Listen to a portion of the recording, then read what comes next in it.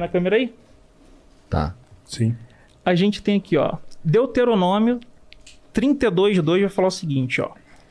O Senhor veio de Sinai e subiu de Seir, né?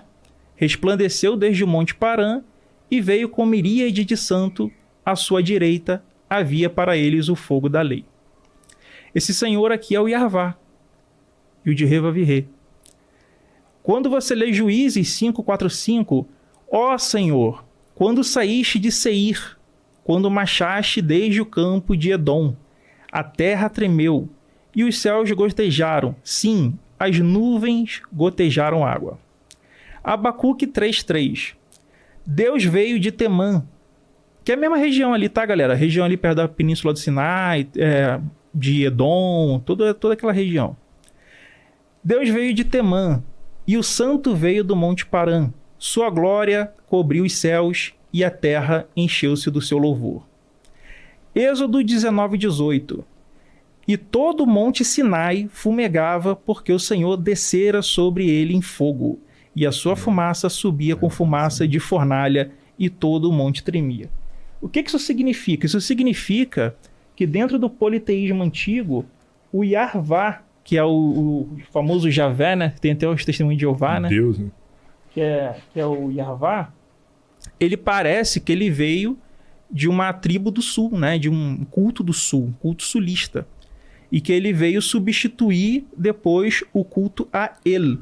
Tanto que tem uma passagem muito curiosa que não era conhecido pelos judeus de Elefantina, que é, por exemplo, a passagem ali que a gente fala de Moisés, né? Que a gente fala ali da lei mosaica. Não existia isso no conceito ali dos judeus de Elefantina. Então, o que a gente vai saber aqui? Ó? Quando a gente tá pegando aí o touro sendo destruído e o Deus falando com Moisés no monte, existe aqui uma substituição do Deus antigo pelo Deus novo. E aí você vê que legal, que bacana, quando você lê o texto no hebraico, né? Quando você lê no hebraico, quando você entende a interpretação correta, você vai ver, por exemplo, aqui, ó. Em Números 23:22 diz assim, ó. Deus, ele, não é o Deus Yarvá, ele os tirou do Egito. Seus grandes chifres são como os do boi selvagem.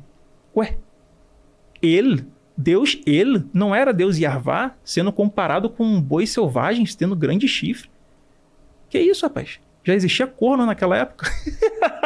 Não era isso, obviamente, né, galera? E aí, a gente vê que em Êxodo 32, quando vai falar dessa questão da construção do touro, que você vê o sumo sacerdote construindo ali, que era o Arão, ele não questiona, ele não se impõe contra o povo. O povo fala assim, vamos fazer aqui uma estátua, adorar nosso Deus. Aí é dito aqui, né, em 32:4. E ele os tomou das suas mãos e formou o ouro com um buril, e fez dele um bezerro de fundição. Então disseram, estes são teus deuses, ó Israel, que te tiraram da terra do Egito.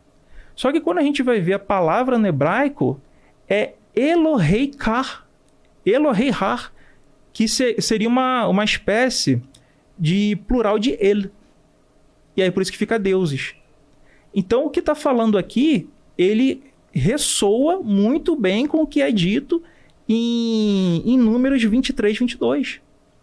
Que o Deus ali, a qual que estava representando o bezerro de ouro, era justamente o Deus El, e não o Deus Yarvá. Então nós temos aqui uma substituição de culto, uma substituição de mito. Tanto que, quando Moisés desce, né? Quando Moisés desce, ele, em Êxodo 32:39, reparem que é o mesmo capítulo, vai falar o seguinte, ó. Aconteceu que, chegando Moisés ao arraial e vendo o bezerro e as danças, acendeu-lhe o furor, arremessou as tábuas das suas mãos e quebrou-as ao pé do monte. Tomou o bezerro que tinha feito, queimou-o no fogo, moendo-o, até que tornou em pó, os aspargiu sobre as águas e deu a beber aos filhos de Israel. Depois disso aqui ele mata 3.000 homens, tá? 3.000 homens morrem ali. Os irmãos morrem, tudo isso. Quando a gente vai olhar a arqueologia... Só pra gente deixar aqui, porque a gente tinha feito um combinado de time aqui, né?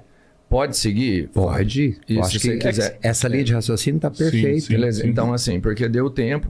A hora que você quiser falar, então Não, você pode seguir, falar. pode seguir, porque eu acho que Só pra gente tá concluir bem o legal. raciocínio, então, e seguir, então, né? Não tá tendo a regra, Libera pra aí, galera libera, falar, libera. que tem a Tranquilo. regra e não seguiu. Não, tranquilo. E aí quando a gente De vai acordo. pra arqueologia... Pô, teu time é forte aqui, cara. Quando a gente Valeu. vai aqui para arqueologia, a gente encontra os achados de Kutlet Ajirud. E nesse achado de Kutlet Ajirud, a gente vê que a representação de Yarvá, não de El, é uma representação bovina. Só que tem um detalhe. Em Kutlet Ajirud, ele está sendo representado casado. Ué, Deus casa? Deus tem esposa? E é dito o seguinte nesse achado arqueológico. Eu vos abençoo por Yahvé de Samaria e por sua Asherá. Só que Asherá era consorte de El, e não de Yarvá, de Yud-Re, Vav-Re, do tetagrama, do Javé. Então isso significa que nós temos mais uma evidência, dessa vez arqueológica, não de análise interna do texto, de que houve uma substituição, um sincretismo religioso. E aí, galera, para fechar com pá de cal nessa questão, nós temos no ciclo de Baal, tá? Que é o KTU 1, né? E nesse KTU, que é do ciclo de Baal, que vai estar na estela de Rais Shanra, o touro El. Não sei se você consegue ver aqui, ó. Que aqui tem ele com chifre, que aqui tá escuro. Não dá pra ver. Aqui, ó. Assim que a gente vê. Acho que na câmera não vai conseguir pegar, não, hein? E aí o que acontece? Nesse achado arqueológico, na câmera não vai pegar, tá escuro. Nesse achado arqueológico, galera, é mostrado... Quer ver aqui, ó? Sim. Mas pode falar aí. É mostrado o El, nesse achado arqueológico, com os chifres, com uma representação bovina. E existem outros locais, templos, etc., que têm representações taurinas. Então, El era o deus touro, que é substituído no sincretismo religioso após o exílio babilônico e a conquista persa, e também durante o período helenístico, né? Que aí na tradução do que está escrito lá vai dizer o seguinte: El, o pai dos anos, o venerável, touro El, o santo. Então o deus El era um touro.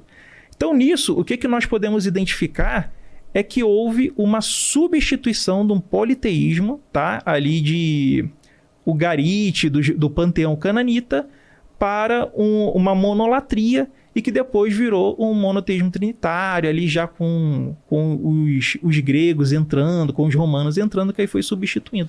Então, quando a gente estuda a origem arqueológica de Yarvá, de Javé, dos deuses, a gente descobre que existe toda uma construção onde esses deuses não existiam antes do exílio babilônico, né? Ali não existia essa função. Se você for pegar 1000 anos antes da Era Comum, esses deuses nem mencionados eram. E aí você vai ver que todos eles foram fabricados a partir de derivações de cultos antigos, de outras lendas, de outros contos. E aí eu virei ateu de ver, né? Nisso aí. Responder a pergunta e 10 minutos, o padre falar bastante agora também, né, cara?